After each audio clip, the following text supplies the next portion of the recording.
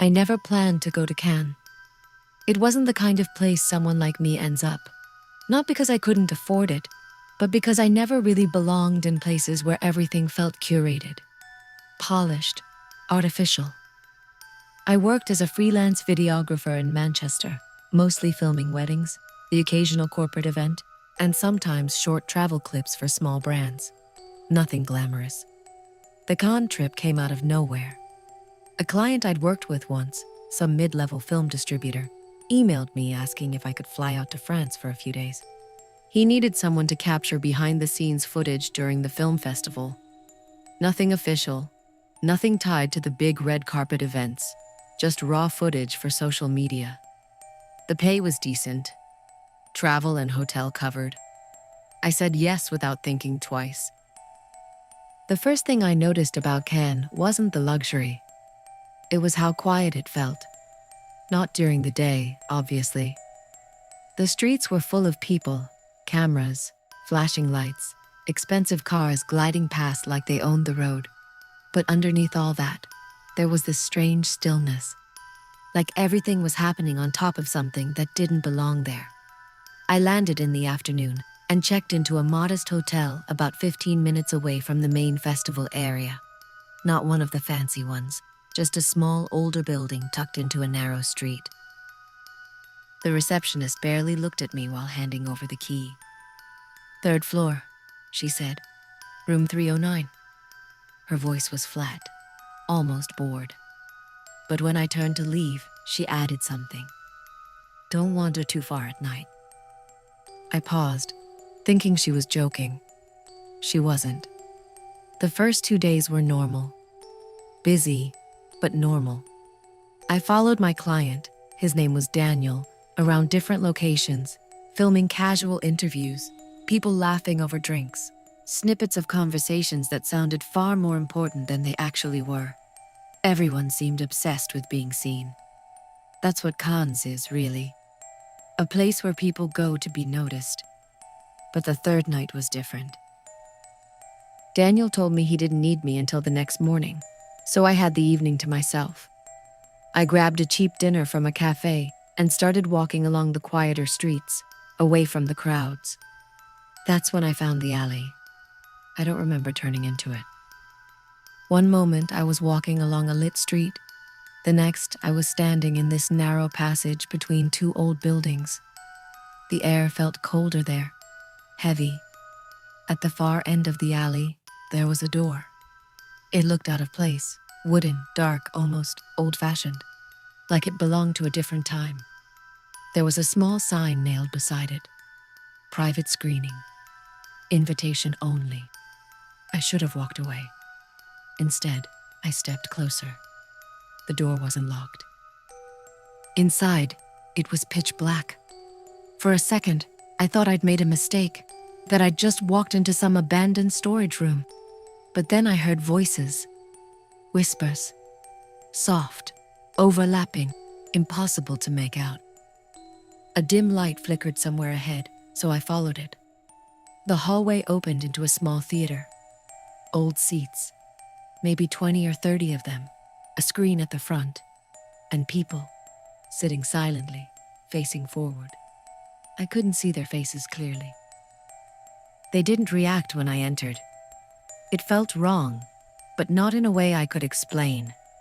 Like I'd walked into something I wasn't supposed to understand. A man stood near the screen. He turned slowly when he noticed me. "You're late," he said.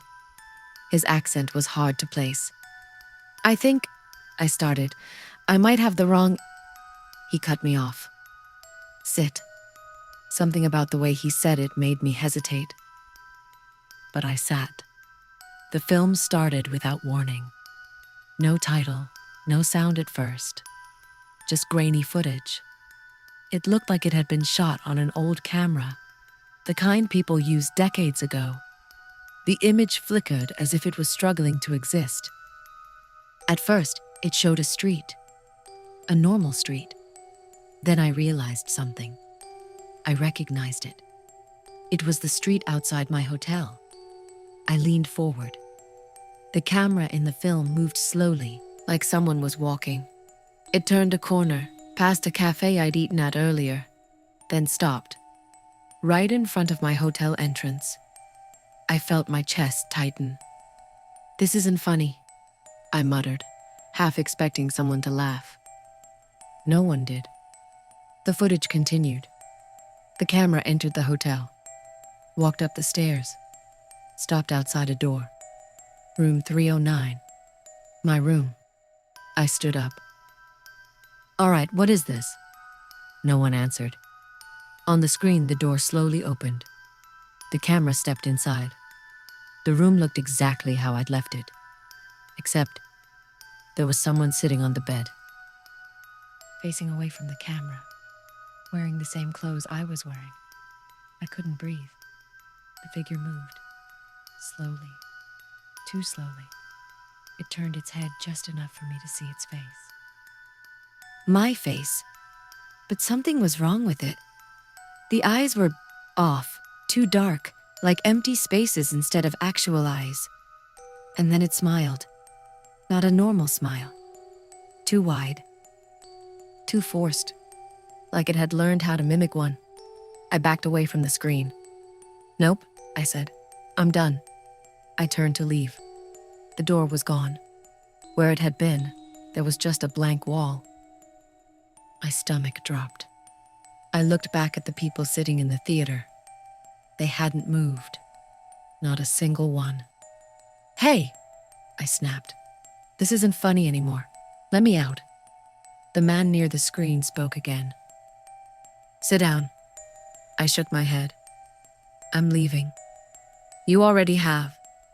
That sentence didn't make sense. Until the film changed. The footage on the screen shifted abruptly. Now it showed the theater. This theater. From the back, the camera slowly zoomed in. I could see the rows of people. And then, I saw myself. Standing in the aisle. Exactly where I was. Wearing the same clothes. Making the same movements. Even the way I turned my head matched perfectly. It wasn't delayed. It was happening at the same time. Like the film wasn't recording me. It was mirroring me. I felt something behind me. A presence. I turned around. And for a split second, I saw someone standing there. Right behind me. Same height. Same build. Same face. But before I could react, it was gone. I spun back to the screen. The version of me in the film was still standing. But now, it wasn't copying me anymore. It was moving on its own. It raised its hand and pointed directly at me. That's when the whispers started getting louder. Not random anymore. Clear. Coordinated. "Stay. Stay. Stay." The people in the seats began to move, slowly turning their heads toward me, one by one. Their faces. God, their faces. They didn't look right. Like they'd been stretched, reshaped, barely holding on to something human. Their eyes were all fixed on me. Hungry. I ran. I didn't care that the door wasn't there anymore. I just ran toward the wall. And somehow, I went through it. I stumbled out into the alley, gasping for air. The door was behind me again. Closed. Like nothing had happened. I stood there for a long time, trying to process it. Eventually, I convinced myself it was some kind of elaborate prank. A weird, immersive experience. Cannes is full of artists, right? That's what I told myself. That's what I needed to believe. I went back to my hotel. Room 309. Everything looked normal. Untouched. But I didn't sleep. I kept the lights on the entire night. The next morning, I told Daniel everything. He laughed. Actually laughed. "Mate," he said, "you probably walked into some underground screening. People do weird stuff here." "No," I said. "This wasn't..." "Relax," he cut in. "You're fine. Nothing happened, right?" I didn't answer, because something had happened. I just didn't know what. The footage on my camera changed everything. That evening, I started reviewing the clips I'd recorded over the past few days. Just routine work. But then I noticed something strange. In one of the clips, shot during the second day, I saw someone standing in the background, barely visible, watching me. I paused the video, zoomed in. My heart dropped. It was me. Same clothes I was wearing right now. Not what I wore that day. I checked another clip. Same thing. Different location. Different time. But there it was again. Me. Watching myself. Then I found the last file. One I didn't remember recording. The timestamp was from that night. The theater. My hands were shaking as I played it. The footage showed the inside of the theater. From the back. Just like in the film I'd seen. The rows of people. The screen. And in the aisle, there were two of me. One standing still, and one walking toward the screen. The video ended abruptly, but not before capturing something else. The people in the seats, they all turned. Not toward the camera, but toward me, as if they knew I'd be watching. I packed my things immediately. Didn't even wait for the job to finish. I told Daniel I had a family emergency and booked the earliest flight back to the UK. I didn't look back. I thought it was over. I was wrong. A week after I got home, I noticed something in my reflection. At first it was subtle. A delay. Just a fraction of a second. When I moved, my reflection followed, slightly slower. I told myself it was my imagination. Stress. Lack of sleep. Then one night, I was brushing my teeth, staring at the mirror, and I stopped moving. But my reflection didn't. It kept brushing, slowly, deliberately, its eyes locked onto mine through the mirror. And then, it smiled. That same wide, unnatural smile. I haven't slept properly since. I've covered every mirror in my flat. I avoid reflective surfaces, windows at night, black screens, anything that might show me, because sometimes, when I'm not looking, I can hear movement, soft, careful, like someone walking around my flat. Learning the layout, waiting, and every now and then, I catch a glimpse of it. Not directly, never directly, always just out of sight. Standing where I just was, watching me. I don't think I left that theater. Not really. I think something else did. Something that looks like me, moves like me, smiles like me. And I think, one day, it's going to take my place completely. If you ever find yourself in Cannes, and you see a narrow alley with a door that doesn't belong, don't go inside. Because whatever's in there doesn't just show you a film. It shows you something that wants to come out. And once it sees you, it doesn't forget. I didn't even want to go to Cannes. If you've ever worked freelance video gigs in Manila, you'll know how rare it is to get an international offer that actually pays well. And even rarer when it isn't some scam. So when my old college acquaintance, Marco, messaged me out of nowhere saying he needed a videographer in France for a private project during the Cannes Film Festival, I thought he was joking. He wasn't. He said flights, hotel, food, everything was covered.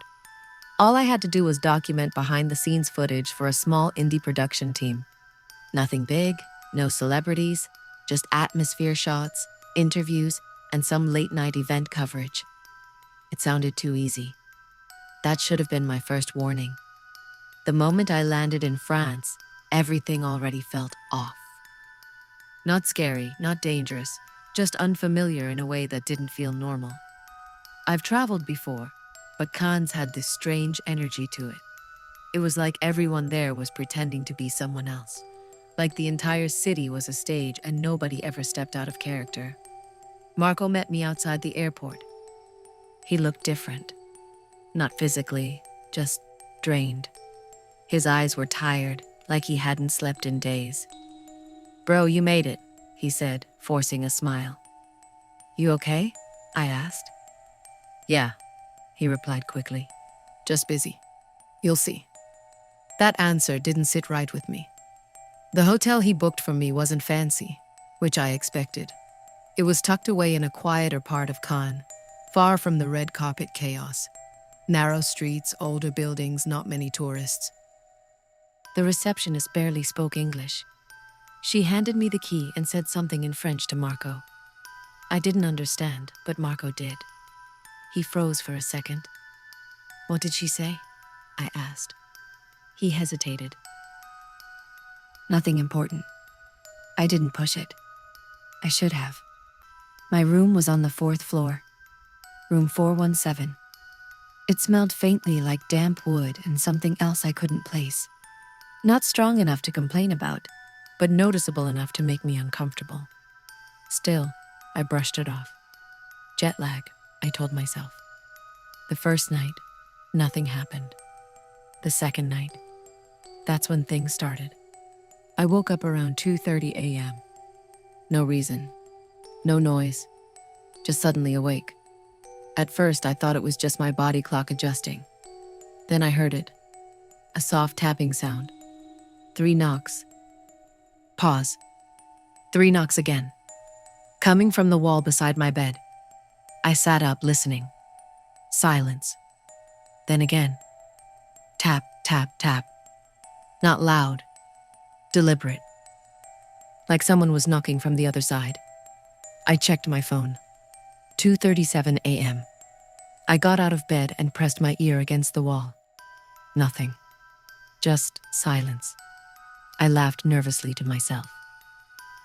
"Probably pipes," I whispered. "Yeah, pipes don't knock in patterns." The next morning, I told Marco about it. He didn't laugh. He didn't even look surprised. Instead, he just said, "Ignore it." That was it. "Bro, someone was knocking on my wall at 2 a.m., I said. I said ignore it. His tone was serious. Almost warning. That day, we started filming. The project was weird. No clear direction. No script.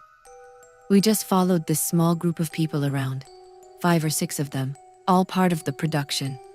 They didn't introduce themselves properly, didn't talk much either. Most of the footage I captured was unsettling. Not because of anything obvious, but because of what wasn't happening. No one laughed.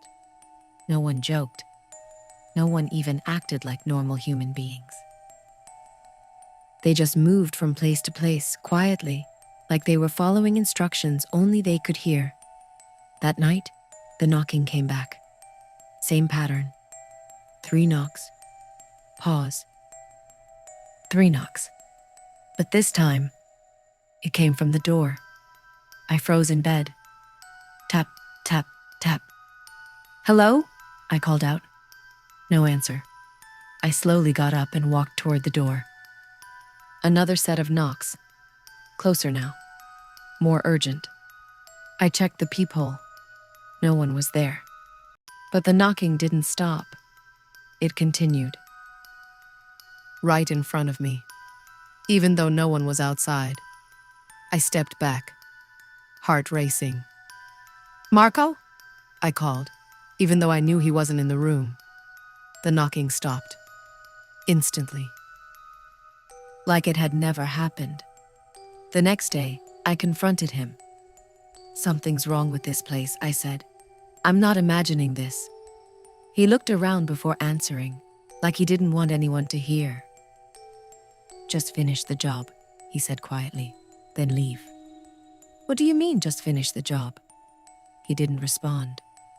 Instead, he handed me a list. "Tonight," he said, "we're filming something important." That night changed everything. We were taken to a building far from the main city. Old, almost abandoned. No signs, no lights outside. Just a single door, slightly open. "This is it," Marco said. "For what?" I asked. He didn't answer. Inside, it was darker than anything I'd ever seen. Not just dim, heavy, like the darkness itself had weight. The air felt thick, hard to breathe. We entered a large room, rows of chairs, a screen at the front, a theater, but not like any theater I'd seen. This one felt wrong. People were already seated, completely still, facing the screen. I couldn't see their faces clearly, but something about them felt off. Marco grabbed my arm. "Just film," he whispered. "Don't interact." The film started. No introduction. No sound at first. Just grainy footage. I lifted my camera and began recording. At first it looked like random clips. Streets, buildings, dark alleys. Then I recognized something. It was my hotel. Room 417. My hands started shaking. "Marco," I whispered. "Keep filming," he said. His grip tightened on my arm. The footage moved inside the room. My room. Exactly how I'd left it. But there was someone inside. Standing near the bed, facing away from the camera, wearing my clothes. I lowered my camera. "I'm done," I said. "Keep filming," Marco snapped. "No." That's when the figure on the screen moved, slowly, turning its head, revealing its face. It was me, but not me. The eyes were wrong. Too dark, too empty. And the smile. God, the smile. I stumbled backward. No, no, no. The screen changed again. Now it showed the theater, from behind. And in the middle of the frame, I saw myself, holding the camera, standing exactly where I was. "That's not possible," I whispered. But it got worse. The version of me on the screen started moving. Lowering the camera, looking around, just like I was doing. Except, it wasn't copying me. It was ahead of me. I turned to Marco. He wasn't looking at me. He was staring at the screen, smiling. That's when I realized something. Everyone in the room, they weren't watching the film. They were watching me. One by one, their heads turned. Slowly, synchronized, facing me. Their faces. I can't even describe them properly. It was like they were trying to look human but didn't quite get it right. Eyes too wide, smiles too stiff, skin stretched in unnatural ways. "Sit," one of them said. The voice didn't match the face. Too deep, too hollow. "I'm leaving," I said. "No," Marco whispered. "You can't." I ran, straight for the door. I didn't care if it was real or not. I just ran. When I pushed it open, I wasn't outside. I was back in my hotel room, room 417. I slammed the door shut behind me, breathing heavily, trying to understand what just happened. "This isn't real," I said out loud. "This isn't real." Then I heard it, knocking. Tap, tap, tap. From inside the room. Not the door, not the wall. Behind me. I turned slowly, toward the mirror. My reflection wasn't matching me. It was standing still, while I was breathing heavily. Then it moved, slowly raising its hand, pressing it against the glass. From the inside, I stumbled backward. No. The reflection smiled, that same unnatural smile. And then, it knocked, from the other side of the mirror. Tap, tap, tap. I ran. Out of the room. Out of the hotel. I didn't stop. I left Kana the next morning. Didn't tell Marco. Didn't answer his messages. I just left. That was 3 weeks ago.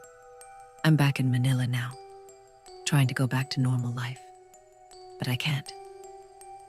Because the knocking followed me. Every night. 2:30 a.m. 3 knocks. Pause. 3 knocks. Not from the walls. Not from the door. From mirrors. I've covered all of them.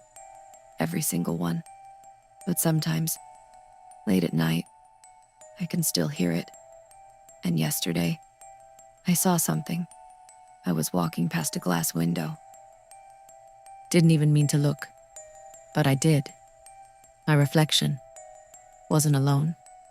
There was someone standing behind it. Same face. Same smile. Same empty eyes. Watching me. Waiting. I don't think it's trying to get in. I think it's waiting for me to look again. So if you ever find yourself in Cannes and someone offers you a private screening, say no. Because whatever they're showing there, it doesn't stay on the screen. It follows you home.